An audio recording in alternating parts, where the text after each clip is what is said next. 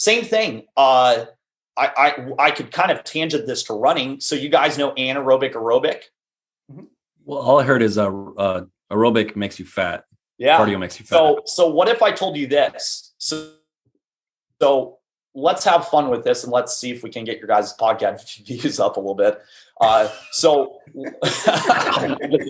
I'm just messing with you guys. I have beet juice this morning, so I'm good to go, guys. Drink your beet juice. It's power up. So like, for instance, that like, people, the common thing is, people do the high intensity interval training. It's common. It's awesome. And then especially, in the operator community, in the soft community, you guys have insane demanding jobs where you're carrying heavy equipment. You're doing badass stuff. I get it 100%. So people say, okay, what do we do, or what do we like to do? Because high intensity interval trainings are fun. Metcons are fun. WODs are fun. Because why? Testing your fitness is fun. You get a receipt of badassery that you can post to Instagram, that you tell your friends. You get the sweat marks, you get the high fives, you get the soreness. My goodness, if sweaty, tired, and sore was the measure of success, I could stick you in a sauna for a week, keep you up 24/7, hit you with a stick, you'd be sweaty, tired, sore. You're not performing better. But people want a receipt of badassness, and so that's what they do in their training. So, man, I'm getting on tangents myself. But so when we think about the common myths, right? Aerobic training makes you weak. It makes you fat. Why would I do it when the research says I can do high intensity intervals a few times a week, or I could do Tabatas, or Taylor, I don't have times. I have kids. I don't want to run marathons. I just want to, I want to do my job well. I want to be able to have endurance, or I want to make it through the pipeline or combat control school. Well, the first thing I want to do is kind of break the mold here. So you're going to have a lot of people like train based on like the energy demands, which you guys would know at least. Do you guys know fundamentally like aerobic, anaerobic, kind of that spiel? Yep. Okay. So can I break? Should we go through it though? Because that's what I want to do. Yeah. It's time to get starched again. So this is going to be kind of a little bit tricky, advanced topics, but I'd want to explain simply, like Einstein said. Explain it to, SR, and you can explain it well. Getting hurtful. So here's what I want you to think. If we did a 30-second sprint on an Airdyne, let's say all out, that'd be something commonly we'd see people do in the community. We'd be thrown up. Yeah.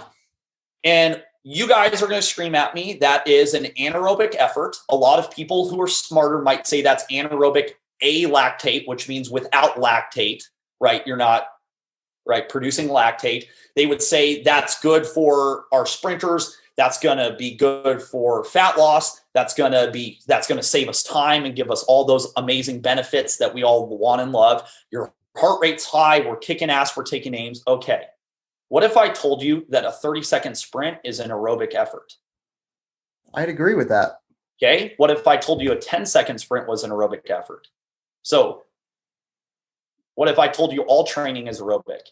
Well, yeah, because you can, I'm sorry, I'm getting a little bit pee, but like people talk about weightlifting, like, hey, I'm going to do bench or I'm going to squat or whatever. Right. And it's, if you lift it fast enough, it can be, and here I'm going to get roasted right now, but it can be aerobic.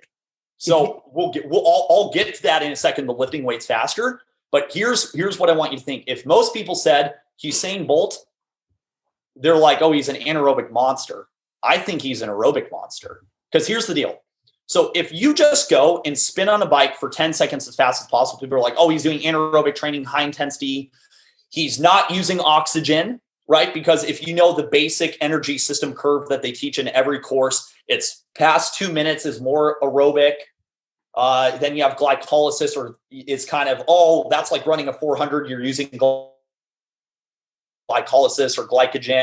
And then if you're sprinting really fast for 10 seconds, you use something called phosphocreatine. That's where you get creatine from, right? You've heard of that. Those three energy systems: fast, medium, slow aerobic.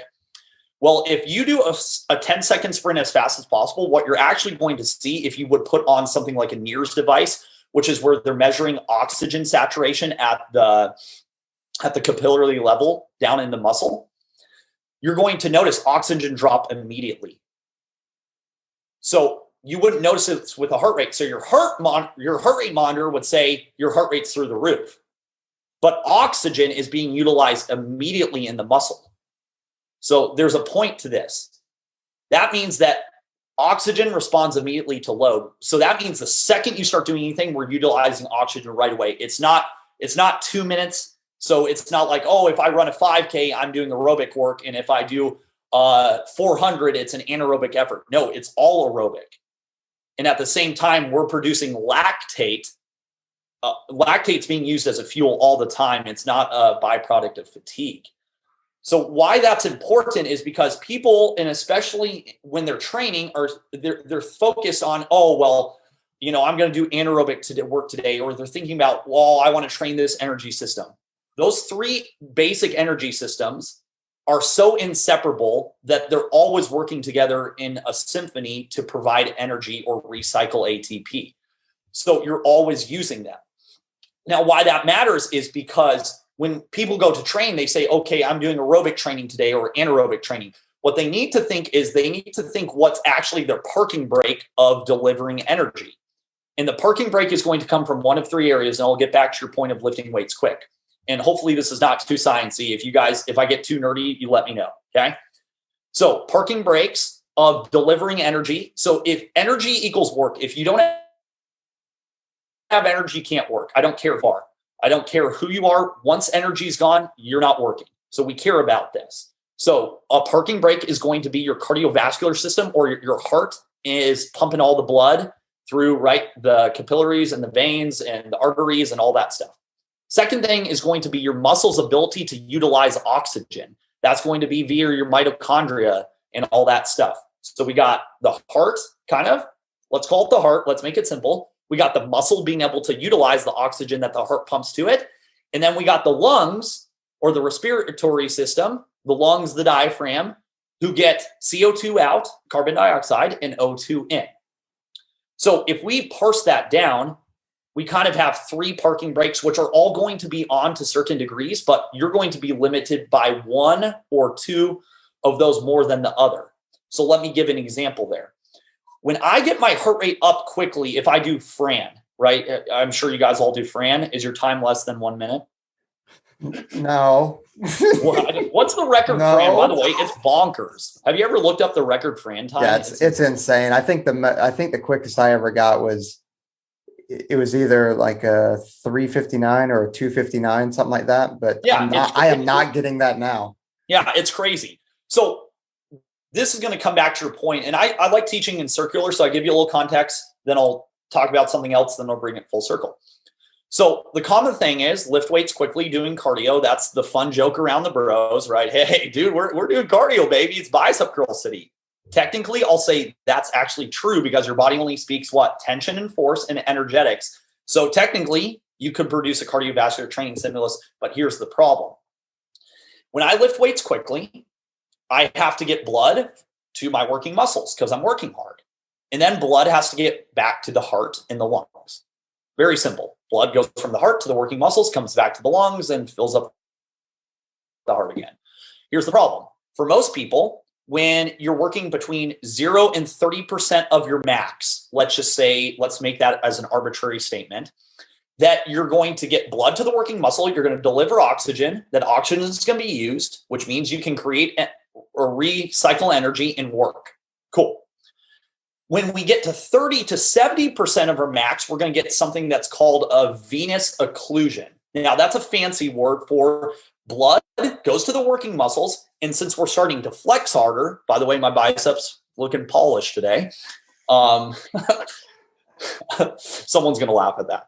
That's right, brother. So when we start yay, come on. You got to get Flex Fridays. Trent left because Trent's like, I'm out. My kids were screaming. I'm sorry.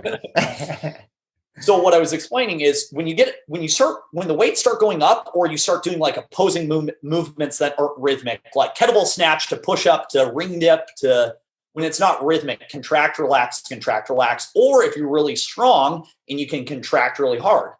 So when you're above 30%, so if you're around 30 to 70% of your max flex and you're doing that repetitively, especially in a non-rhythmic like WOD or lifting weights quick, blood gets trapped in the working muscle, right? The muscle squeezes, blood gets stuck there. And why is that a problem? Because it's not going to get back to the heart. So here's why your heart starts spiking quickly when you do a Metcon or WOD or HIIT. Blood goes to the muscle, you start working harder, it gets trapped in the muscle. So when it comes back to the heart, your heart does not fill up as much. And when your heart fills with blood, it will stretch and contract. The more blood it fills up with, the larger it stretches and the harder it contracts. So now let's do a Metcon. So I'm here to test my fitness. I'm here to be a badass. I'm here to get better. So we go and we pick a workout. It's like, let's say it's handstand push-up to kettlebell swing to inverted ninja burpee, whatever. Non-rhythmic, it's upper body, it's chaos, right? It's fun. So blood's trying to come back to the heart, but it can't because it needs it in the muscle or it's being trapped by that squeeze. So then the heart says, well, I've got to keep outputting oxygen. So I've got to be quicker, because the simple equation is heart rate times the amount of blood that leaves the heart is your cardiac output. So if I'm not getting much blood leaving the heart because it's getting trapped in the working muscle, what does heart rate have to do? It has to get super high. So that's why when you mentioned earlier, if you spike the heart rate, I'm doing cardio, it's actually not necessarily true. You might be getting immense benefits when it comes to utilizing oxygen at the muscular level, which means oxygen goes into the mitochondria and is being recycled for energy. That's awesome. But in terms of improving your heart's ability to pump blood, no. Because what do we need? We need a stretch of the heart. So when we go to low intensity aerobic training, or the aerobic training everyone hates, and I hate to say it, that, it's going to be common that even our, the community that you guys are involved in and, operators in general, it's far and few in between the people that enjoy more the long, slow, low intensity versus the badass melting in a pile of myself, bathing in lactate. And I get it too. I'm with you guys. I'm not part of your community, but I am part of the people that like getting after it and training hard. It's hard to not have that receipt and to realize that it's not hard. Meaning I might be working at a heart rate around 135 beats per minute, but why do we have to work at that low intensity? Because if there's venous occlusion, because the muscle's squeezing too hard or not rhythmic, meaning I'm doing a WOD or Metcon or circuit, blood does not get back to the heart. It does not stretch, and we don't get what's called eccentric hypertrophy, which means the heart is getting larger with the left ventricle, which means that I can pump more blood. I can pump it harder, because to break those venous occlusions, the heart has to pump harder to kind of break that seal open, if that makes sense. So what's happening is people are doing generally this for training within the operator community, and I love it. I've got to put that disclaimer out there so people don't think I'm like this this kid just sits, stretches, and walks up on his treadmill. No, if you know my training, I train just the way you guys do, but with a different lens and context. So now we have someone doing a lot of powerlifting based movements, heavy trap bar deadlift, bench press. Then they get their Metcons and WODs. They do bodybuilding because you know why? We got to look good. You know, those thick thighs save lives. Is that that's PJ's? Yes. I might have messed that up just a little bit, so that others may learn. Correct. My bad. But for the guys on Swole Team 6, it's thick thighs save lives. So think about those three. Those three movements involve a lot of what? Venous occlusion, where blood's getting trapped in the working muscle. That involves a lot of non-rhythmic movement, and it's not long duration at all. So that's going to be one of those things where we're training the opposite. Remember, the body doesn't know whether we're doing a set of 10 deadlifts or we're starting to initiate like a sprint on an aerodyne, right? So that's just one of those things. And when you're deadlifting at max, which is 90% or above for max, you're actually going to get what's called an arterial occlusion, which means blood's not getting into the muscle or it's not getting out. So it's just trapping in. It's just staying in there. And that's why oxygen is getting burned up through really quick. So I can actually look at strength training in terms of the lens of aerobic training, because all training is aerobic to a degree. If you actually don't have oxygen, you're not going to make it long. You're done.